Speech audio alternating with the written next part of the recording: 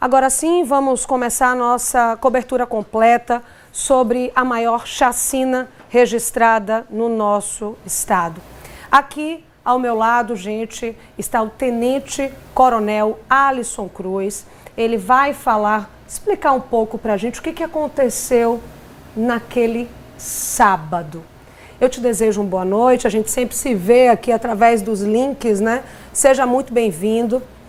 Vamos começar do comecinho mesmo. Era uma tarde de sábado, alguns amigos estavam brincando ali de sinuca, um campeonato em Nossa Senhora da Aparecida. E aí? E aí, no final da tarde, início da noite, as equipes policiais são acionadas dando conta da ocorrência de homicídio no povoado Lages, em Nossa Senhora Aparecida, já ali na transição entre Aparecida e Ribeirópolis. As equipes chegaram ao local, constataram o fato e constatando o fato, fizeram o isolamento e quando fizeram esse isolamento já começaram a colher as informações iniciais. E essas informações iniciais já imediatamente, concomitantemente, acionando os colegas da Polícia Civil e as demais equipes da Polícia Militar que estavam na área, exemplo das equipes do Batalhão de Policiamento de Caatinga. E aí as diligências começaram a ser desenvolvidas e deram conta de que aquele homicídio tinha relação com a partida de sinuca ocorrida num bar tradicional para essa prática desportiva. E aí deram conta de que havia esse conflito entre essas 6 vítimas e 3 indivíduos e todo o processo de coleta de informações e de buscas iniciaram imediatamente. E no povoado próximo à Serra da Batinga, em Ribeirópolis, foi encontrado o primeiro suspeito, armado com a calibre 12 e deu conta da identificação dos demais envolvidos. E as buscas começaram imediatamente na tentativa de efetuar a prisão dos 3 suspeitos. Vamos começar mostrando o local do crime para você que está em casa, tá? Eles estavam jogando aí nesse lugar, inclusive a localização da rede social, tá? Da pessoa que postou mostra exatamente Lages, Nossa Senhora Aparecida. A gente vai preencher a tela para vocês verem a logística ali de como tudo aconteceu. Um local que não é muito movimentado. Esses amigos aí se encontravam justamente para poder jogar sinuca. Era uma espécie ali de um campeonato. Daqui a pouco a gente coloca mais uma vez essas imagens para você. Tarde de sábado. Aí parece que um deles, que é o José, que a gente já tem a imagem aqui, vamos mostrar o José? Para quem está em casa nos assistindo.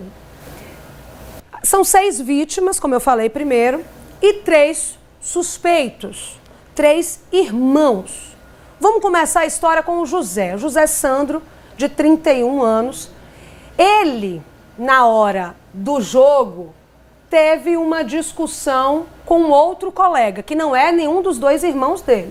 Uma outra pessoa que estava jogando lá. E ele disse para o rapaz, né? Você infringiu a regra aí, meu amigo. No sinuca não pode fazer essa jogada. Lembrando que o José Leandro, de 31 anos, responde por estupro e homicídio. Ele está preso. Dos 3 irmãos, ele foi o único que ficou vivo. Mas vamos chegar lá até como a polícia encontra ele. Primeiro vamos falar do dia desse jogo. Foi mais ou menos assim essa briga? Exatamente. Diz que algo bem trivial, poucas palavras foram trocadas e nessas poucas palavras, ameaças. Você vai ver, vamos ver e tal. Ninguém imaginava que uma barbárie dessa iria acontecer na sequência dessa partida de sinuca. É algo que estarreceu a cidade, deixou a cidade toda consternada, todo o agreste sergipano, porque Ribeirópolis e Aparecida são cidades com indicadores criminais baixíssimos, cidades tranquilas. E, de repente, em 24 horas, ganhou as manchetes nacional com essa chacina. Uma frase que você revelou do dia do crime, né, me chocou bastante, porque você falou justamente isso por uma besteira. Como foi essa discussão mesmo em si, as palavras ditas? Que não chegaram às vias de fato. Foi apenas assim, trocas de ameaças, breves palavras, e essa tensão foi criada a partir dessa divergência com relação ao cumprimento da regra desse jogo. O José, vamos colocar o José aqui, o José teria dito para o desafeto, o colega ali que ele estava brigando, vai ser do meu jeito, sim. Foi algo desse sentido que ele falou. E o rapaz teria retrucado. Retrucado. A partir disso, não teve nenhuma briga ali. Não. Ficou só aquele clima ruim. Isso. Aí informações iniciais dão conta que 2 saíram numa moto na frente e um terceiro teria ficado... Aí eu te peço um pouquinho para segurar para dizer quem são esses 2, tá? Então vocês em casa já identificaram quem é o José Sandro, de 31 anos. Foi com ele que a briga começou, tá? A pessoa infringiu a regra do jogo, ele diz, epa, não é assim não. Ficou um clima, não teve discussão, não teve bate-boca ali, foi só uma fala, pronto. O José Sandro fica nesse bar. A gente tem a imagem do bar, por favor, meu diretor Fábio Teles. Hoje eu estou sob o comando do nosso grande diretor Fábio Teles, que conseguiu aí também essas imagens de rede social do lugar onde tudo estava acontecendo lá em Lages. Um bar com a sinuca, onde estava tudo acontecendo, inclusive tem uma das vítimas. Vamos mostrar a sinuca, o bar, onde o José Sandro ficou. Então aí, momentos antes de que tudo aconteceu. Vocês estão vendo, né? Um lugar tranquilo, todo mundo tranquilo aí, jogando, todos convidados, é o que diz a postagem da rede social. Cuida, né? Como diz a gíria, cuida, todos convidados. E aí todos foram, né? O que eles não sabiam é que iam morrer, infelizmente. Não sabiam que tinham 3 irmãos extremamente perigosos participando desse jogo. Então aí é o momento em que está todo mundo tranquilo, convidando, postando nas redes sociais. Aí tem essa briga do José Sandro com um deles. Nessa briga, o José Sandro, vamos botar o José Sandro, ele fica no lugar que vocês acabaram de ver. Ele fica nesse bar. Mas os 2 irmãos, agora vamos mostrar os irmãos. Aí os 2 irmãos saem de moto. O Ivandro dos Santos, de 27 anos, respondia por roubo qualificado. Sinto muito, viu, mãe e pai desses 2. Meu Deus, viu? Que irmãos, viu? 27 anos, roubo qualificado. E o outro também que estava no dia do jogo, Alexandro dos Santos, 24 anos. Ele já tinha sido apreendido quando menor por crimes violentos e roubos. Aí me sai o Ivandro e o Alexandro de moto. O que me parece é que o José Sandro é que manda aí, né, nesses irmãos, assim, o mais velho, ele tem um pouco disso? É o que parece, né? Os nossos colegas da Polícia Civil, o delegado Gregório Bezerra, vai com mais calma se deter, né, ao depoimento, à oitiva do José Sandro, para conseguir entender realmente qual é a participação de cada um nesse crime bárbaro. Mas as informações iniciais dão conta que 2 saíram na frente, na moto, e um terceiro ficou para dar a informação do momento exato que as 6 vítimas sairiam do bar, para que a emboscada ela acontecesse e o crime fosse cometido. Aí esses 3 irmãos, como vocês estão vendo na tela, esse é o que ficou no bar. Esses 2 saem de moto. E aí, por que ele ficou no bar? Por que os irmãos saíram? Qual foi o combinado? Pela lógica do acontecido, um ficou para já dar a informação do momento exato que as vítimas sairiam e aí dar as coordenadas para que a emboscada ela acontecesse. E esse terceiro, né, que fica no bar, ele acompanha as vítimas. Né? Ele fica ali monitorando. Isso, e sai junto com as vítimas, dando as coordenadas do percurso, do caminho que estava sendo feito. Como é que eles saem do bar? Foram 6 pessoas dentro de um carro, morta a tiros, como eu falei desde o início do programa, a maior chacina registrada no nosso estado. Por isso, a gravidade, por isso que vamos dedicar o programa todo a entender a logística deste crime. Por que todos estavam num carro só, era um combinado, e o José Sandro, que ficou com eles, ele ficou do lado de fora do carro, os outros 2 na moto, seguiram de moto, foram 2 motos? 2 motos, é o que os relatos dão conta, né? 2 motos. Os suspeitos estavam em motos e as vítimas no veículo. Então estaria então José Sandro numa moto só e os outros 2 irmãos em uma outra moto. Essas são as informações iniciais. A quanto de distância do bar eles alcançam essas vítimas? Eu não sei precisar, escapa ao nosso conhecimento essa distância, mas acredito que seja uma distância considerável, já que estava nessa transição entre Ribeirópolis e Aparecida e as vítimas estavam regressando para Ribeirópolis. Eu vou chamar ao vivo rapidinho, pedir só um pouquinho de paciência, a gente ainda vai entrevistar no programa de hoje o delegado responsável pela investigação desse caso, o Gregório Bezerra, vai falar do trabalho da polícia. Foram muitas polícias envolvidas. Só para você ter noção, você que está em casa, foram 100 agentes da segurança pública envolvidas nessa busca, nessa operação, para poder encontrar esses suspeitos. Mira Marques vem para a cena, ao vivo, aqui com a gente. Boa noite, Mira. Você tem algumas outras informações. Estamos montando aqui a logística do dia, do sábado fatídico em que a maior chacina do nosso estado aconteceu. Boa noite.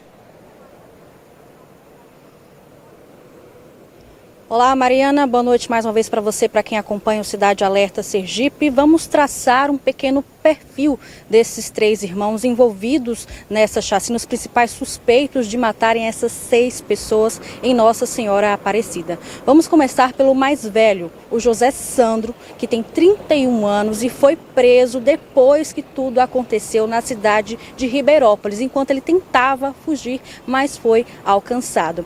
E já adianto que os 3 irmãos, todos os 3, têm passagens e históricos criminais na polícia. O José Sandro, ele tem passagens por estupro e homicídio. A gente pode até dizer que ele era um homem, um suspeito de altíssima periculosidade, porque realmente são crimes muito cruéis, muito graves. Então, ele foi preso, é o único dos 3 irmãos que sobreviveu depois da chacina e juntamente com ele, no momento da prisão, uma moto foi apreendida, uma das motos utilizadas na chacina e também uma espingarda. Então, ele foi preso, mas os outros 2 irmãos dele morreram em confronto com a polícia no dia seguinte, no domingo. E vamos agora falar então sobre esses 2 outros irmãos que morreram em confronto com a polícia. O mais novo se chama Alexandro dos Santos, ele tem 24 anos de idade e ainda quando era menor de idade, ele chegou a ser apreendido por crimes violentos, incluindo roubo qualificado. E para quem não sabe, o crime, quando ele tem esse qualificado depois, é porque normalmente ocorreu violência, normalmente aconteceu outras coisas que agravam a pena desse crime, agravam as circunstâncias desse crime. Então a gente também pode entender que ele também era um suspeito de alta periculosidade. E o terceiro irmão é o Evandro dos Santos. Esse é o irmão do meio, que tem 27 anos. Ele também morreu em confronto com a polícia e da mesma forma do Alexandro, também já tinha passagem por roubo qualificado. Então a gente imagina e lamenta aos pais desses 3 irmãos, lamenta pela família de ter esses 3 irmãos na vida do crime. E a gente também se pergunta, né, caso eles tivessem sido presos anteriormente, lá atrás, nos primeiros crimes, será se essa chacina teria acontecido? Será se ela teria sido evitada? Será se eles tivessem permanecido presos desde então? O que não teria acontecido em nosso estado? Será se essa chacina teria sido evitada? É um questionamento que a gente não deixa de fazer também, Mariana. Agradeço, viu, Mira, pelas informações. A gente retoma aqui a nossa entrevista com o tenente-coronel Alisson Cruz, que está detalhando a maior chacina registrada no nosso estado. Então, comentávamos aqui sobre os irmãos, né? O José Leandro, o José Sandro, o Ivandro e o terceiro, que eu me esqueci agora o nome, Fábio Teles, me ajude. Vamos colocar aqui na tela. Alexandro, pronto. Então, o que é que choca, além, é claro, do crime em si? 6 pessoas mortas dentro de um carro por causa de uma discussão, um jogo de sinuca. Para além disso, choca a quantidade de tiros, a crueldade do crime. Esses irmãos, tendo essa ficha criminal tão intensa, será que eles só foram se aperfeiçoando, se tornando mais cruéis ainda? Qual a avaliação assim, que a gente consegue fazer? Tamanha crueldade desse crime? Pela cena, pela crueldade, o número de disparos que a olhos vistos a gente identifica, eles demonstraram total desprezo pela vida. Foi uma execução sumária. Eu acho que a gente identifica no mínimo 4 disparos na cabeça, disparos no tórax, então eles tinham convicção de que era esse o desfecho que eles queriam. Tirar a vida dessas 6 vítimas, desses 6 cidadãos de bem, trabalhadores. Por isso toda a região ficou consternada e sentindo a perda desses 6 cidadãos da região agreste de Sergipe. A gente tem a informação se os 3 atiraram? Então, aí só a perícia, a identificação das armas, a investigação e o andamento, né, do inquérito vai poder desvendar esses detalhes e trazer com precisão todo o modus operandi e de quem realmente atirou, com que tipo de arma foi utilizada para obter esse intento criminoso. Isso a gente vai ter que aguardar o desfecho das investigações. Uma coisa a gente já pode afirmar. Cada uma das 6 vítimas, isso é muito doloroso, inclusive eu quero, né, familiares, amigos das vítimas que estejam assistindo, não sei se esse talvez seja o melhor momento, né, para você estar assistindo, porque é muito cruel. Eu faço isso há 17 anos e essa é a 2ª chacina em que eu faço cobertura e essa pela... Como é que eu posso falar, minha gente? Pela simplicidade mesmo ali da coisa, uma discussão de sinuca. Na outra ocasião em que eu fiz cobertura de chacina, e normalmente é assim, é por uma briga de facção, é por uma questão relacionada a tráfico de drogas, mas uma briga de sinuca, confesso para vocês que eu nunca nem vi uma notícia como essa. Cada vítima recebeu mais de um tiro? Exatamente.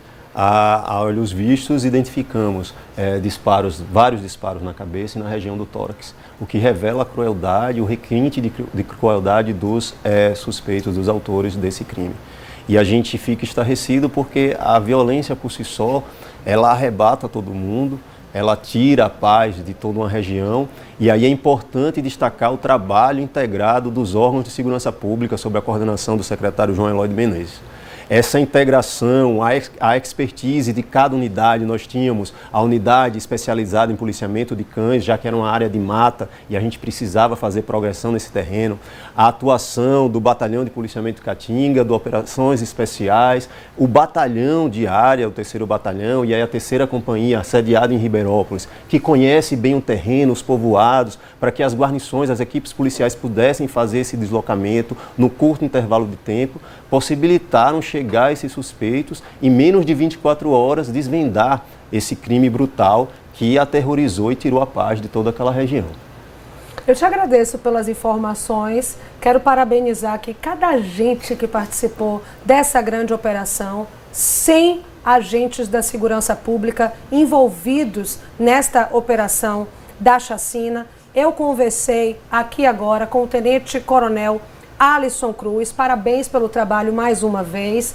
Eu vou seguindo por aqui, muito obrigada. Se quiser falar mais alguma coisa, a câmera aberta. Agradecer a contribuição da população nessa permuta de informações, porque essa corrente, né, comunidade e órgão de segurança pública faz toda a diferença. Se você tiver mais alguma informação relacionada a este caso, utilize os canais de comunicação 190 181 e a Polícia Militar está à disposição. Nossa presença, sua segurança. Acreditem na Polícia Militar, nos órgãos de segurança pública, apoiem o trabalho de quem lhes protege, né? Muito obrigada. Vamos voltar a falar da maior chacina registrada aqui no nosso estado. Estamos dedicando o programa inteiro para entender tudo o que aconteceu.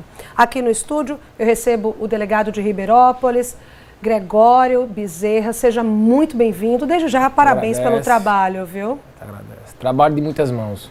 É isso que eu queria falar. A gente falou agora há pouco de como o crime aconteceu em si. Inclusive, a gente tem uma imagem que chega agora, imagem exclusiva, tá, gente? Exclusividade, vocês vão ver essas imagens neste momento. Minutos antes do crime. Vamos soltar com áudio? Foi vice-campeão, um torneio. Essa foi roubada. Barba, Itabaiana, foi vice-campeão, um torneio. Essa foi roubada.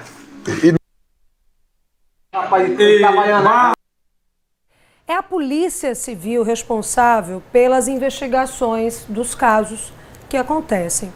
E aí eu te pergunto, delegado, Que imagem é essa? Quem são essas pessoas? Esses dois são duas vítimas, né? Após esse vídeo, algumas horas depois, né? Que aí estava finalizando, porém a gente já percebe um dos autores, né? Um dos suspeitos sentado nesse vídeo, que é o Alexandro, um dos irmãos, né, que vitimaram. Me bota aqui, Fábio Teles, por favor, o Alexandro. Ó, esse que tá de boné aqui sentado, tá, minha gente? Esse que tá aqui é o Alexandro. O Alexandro, a gente vai mostrar agora, um dos irmãos. E aí a gente vai entender porque ele tá com essa cara fechada, sentado, não tá mais brincando. O que aconteceu? Já tinha tido a briga? Vamos mostrar o Alexandro para quem tá em casa entender a logística?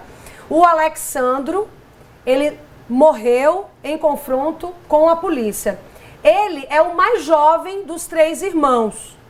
O que seria mais perigoso que a gente está trazendo aqui é o José, o mais velho, de 31. O Alexandro, de 24 anos, foi apreendido já quando menor por crimes violentos. E a gente vai entender o que está acontecendo naquele vídeo. Por que esse Alexandro está sentado, vamos mostrar o vídeo aqui, já com a cara fechada. A gente percebe aqui no canto da tela que ele está como se estivesse observando, como se estivesse ali num processo de análise.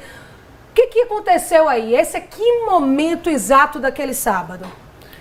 Como eu havia dito, né, não chegam a ser minutos. São aproximadamente 1h30, 2 horas antes do ocorrido. Eles já tinham brigado aqui? Já.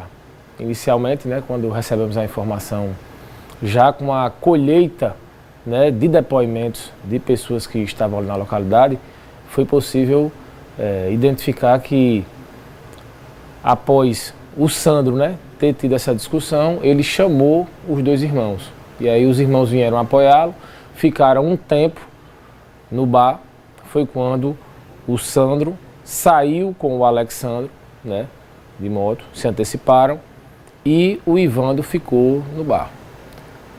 E aí quando a gente assim, acha que são muitas pessoas em um único carro, mas tinha um passageiro a mais, né? E como eles viram a viabilidade ali de ir no mesmo carro, por isso que todas as vítimas foram no mesmo carro. Apertou um passageiro a mais, e era um trajeto, né, pequeno, acreditavam que dava para fazer.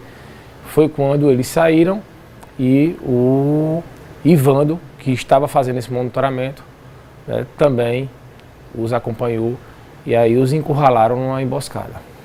Então você traz pra gente que esse é o momento em que o olheiro, digamos assim, entre os irmãos, analisa a logística do crime e se comunica com os outros dois. Não nesse momento, não nesse momento. Porque, ali ele está analisando. Porque esse aí é o Alexandro. Certo. Ele não ficou no bar. Certo. Ele foi um dos primeiros que saiu com o outro irmão, em posse de uma motocicleta, né? Eles saíram na motocicleta e depois o Ivandro também os acompanha em outra motocicleta.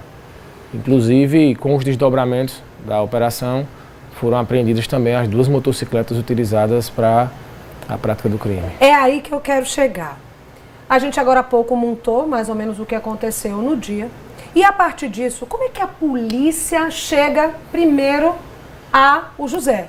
Não é isso? Horas depois do crime, a polícia agiu de forma muito rápida e já encontrou esse aqui, que foi o José. O primeiro a ser encontrado e o único que ficou vivo entre os irmãos. Por que a polícia encontra primeiro José e 24 horas depois encontra os irmãos? Foi José quem contou onde os irmãos estavam? Como é que aconteceu esse trabalho?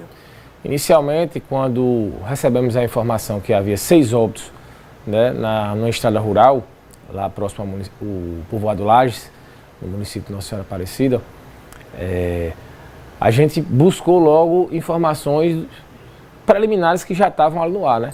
Então já foi passado que havia tido essa confusão no bar durante o campeonato. Então, inicialmente tentamos fazer um trabalho de inteligência, colhendo ali informações que realmente desse uma linha na investigação, e aí foi possível, né, estabelecer o José Sandro como o primeiro envolvido, né? Tendo em vista que a confusão se iniciou com ele quando ele quebrou lá uma regra que eles, pelos depoimentos, havia uma regra, essa regra que foi acordada entre ele, o José Sandro e o adversário, né, não era a regra do campeonato. Isso incomodou os outros participantes, porque o José Sandro errou, então em tese ele teria que perder uma bola, né, e aí ele não aceitou e os outros participantes acabaram ali, não, isso não é a regra não. E ele disse, não, eu já acordei entre o meu adversário aqui, então vai ser assim, né? Aí o pessoal disse, não vai ser não. E aí não vai ser não. Como o pessoal já sabia do histórico de violência, de crimes dele, o pessoal meio que... Todo mundo se calou ali. E ele ficou ali se valendo de ameaças, né? Dizendo que não ia ficar daquele jeito, que só porque o pessoal achava que estava, né? Tinham muitos ali, não ia ficar daquele jeito. E passou conforme, né, os elementos que já foram juntados aos autos, com as declarações e os depoimentos. Um pouquinho, rapidinho. Fábio Teles, meu diretor, a gente já tem comunicação com o Marcos Couto? Por favor. Temos comunicação com o repórter Marcos Couto. Olha, gente, o Marcos Couto, tá? Para vocês entenderem, você que está em casa, ele está ao vivo, neste momento, direto lá de Lages, onde tudo aconteceu. A gente trabalha com a internet, às vezes não conseguimos obter o sinal, mas agora finalmente conseguimos. Marcos, estamos ao vivo, congelou de novo a tela. Enquanto a gente tenta retomar, delegado, vou voltar aqui. Então, encontra o José Sandro no mesmo dia do crime. Por que ele se separou dos irmãos? Tem alguma explicação? Os irmãos foram encontrados onde? Foi cerca de 24 horas depois de encontrar o José? Não. Foi aproximadamente...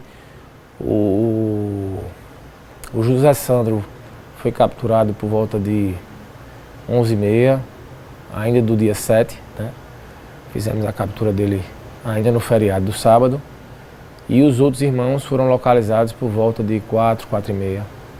Ainda na madrugada? Não, 4h30 da tarde do dia 8. Ah, entendi. Na tarde do domingo. Do domingo. A gente tem imagens, viu? Imagens do trabalho da polícia. Foram mais de 100 agentes da Força de Segurança aqui do nosso estado envolvidos. Queria que você falasse um pouco desse trabalho de vocês, né? Foram várias polícias envolvidas.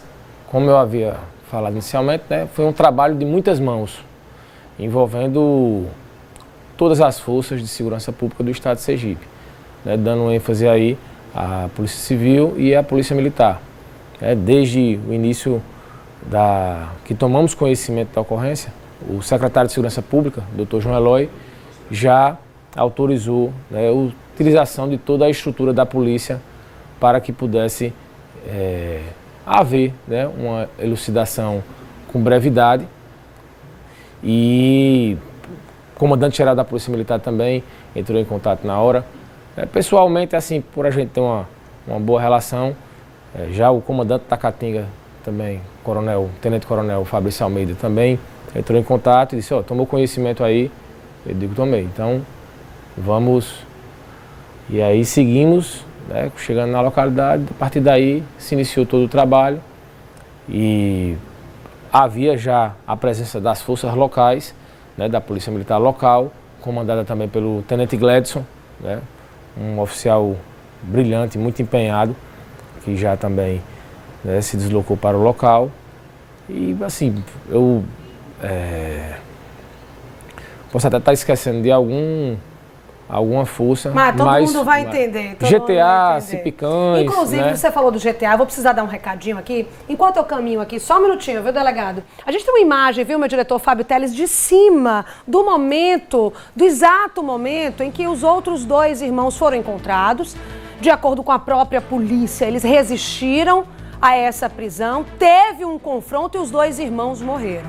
O José Sandro, que já estava preso, né, não estava neste momento, mas os outros dois irmãos foram encontrados. Eu acredito que as nuances, né, foram trazidas à população, os esclarecimentos necessários. A Polícia Civil, ela se compadece, né, com a dor das vítimas, a dor dos familiares das vítimas, né, dos amigos das vítimas. A gente sabe que nada vai trazê-los fisicamente de volta, mas né, que a população sergipana ela tenha a certeza que as forças de segurança do nosso estado sempre vão dar uma providência, né, a qualquer acontecimento que chegue a violar, né, os direitos da população, que venha a fazer vítimas. Sempre a Polícia Sergipana vai estar pronta para melhor servir e proteger a nossa população. Minha gente, agora vamos ao vivo com o repórter Vinícius Mecenas por falar nas vítimas, né? Como o delegado bem trouxe aqui pra gente. Vamos falar quem são essas 6 pessoas mortas na chacina. Com você, Vinícius. Mariana, boa noite para você e para todo mundo que está com a gente aqui no Cidade Alerta, na TV Atalaia. Exatamente, a gente passou inclusive boa parte desse tempo pegando algumas informações com amigos e familiares dessas vítimas. Uma das vítimas era o Giovanni Góes Lima, mecânico de 31 anos, solteiro e não tinha filhos. Segundo a família, ele era muito tranquilo e querido entre quem ele conhecia. A outra vítima se trata do João Paulo Santana Bispo, também tinha 31 anos e morava lá na cidade de Ribeirópolis. José Valduilson Oliveira tinha 61 anos de idade. O José, ele havia inclusive se aposentado há muito pouco tempo e segundo as famílias, a família e amigos, ele era casado e deixa 2 filhos. Os velórios de João Paulo, Giovanni e José Valduilson foram realizados no mesmo local que fica no ginásio de esportes lá em Ribeirópolis. Os sepultamentos ocorreram no cemitério lá do município mesmo. O outro, foi o Jadson Souza de Carvalho, ajudante de pedreiro, tinha 26 anos de idade, era casado e não tinha filhos. Ele trabalhava inclusive na cidade de Japaratuba, local que também servia de sua morada. A gente inclusive chegou a ter algumas informações sobre ele, que ele tinha, o irmão dele tinha um negócio, uma espécie de supermercado em cima desse local, inclusive onde acontecia vários jogos de sinuca, e lá ele também se destacava pelas jogadas. Deixou aí, infelizmente, saudade para amigos e familiares. O velório foi feito na cidade de Itabaiana, na casa de familiares, e o sepultamento foi feito em Frei Paulo, onde ele nasceu. Por fim, temos aqui também o Jefferson Sabino Bonfim, autônomo de 29 anos, era casado, não tinha filhos. Morava na cidade de Carmópolis e, de acordo com a família, era uma pessoa muito comunicativa e também amorosa. O velório e sepultamento ocorreram nesse domingo no município de Carmópolis. Por fim, tem o Adriano Bispo dos Santos, que tem 36 anos de idade, era pedreiro e morava também em Carmópolis. A gente aproveita para deixar os nossos pêsames à família e amigos. Mariana. Não está. Te agradeço, viu, Vinícius, pelas informações. E agora, minha gente, vamos conferir o que disse a irmã de uma das vítimas da maior chacina do nosso estado. Meu irmão gostava muito de sair com os amigos, de sair para jogar sinuca, para se divertir. E nesse sábado ele saiu de casa como de costume, depois do serviço, trabalhou até meio-dia.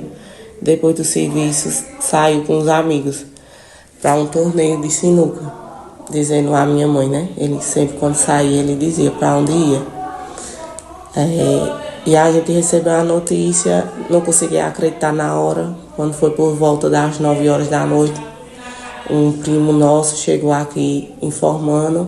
Meu irmão, assim como todos os outros que foram vítimas dessa chacina horrível, tem uma índole inconfundível, não viviam com briga, não viviam com violência, eram pessoas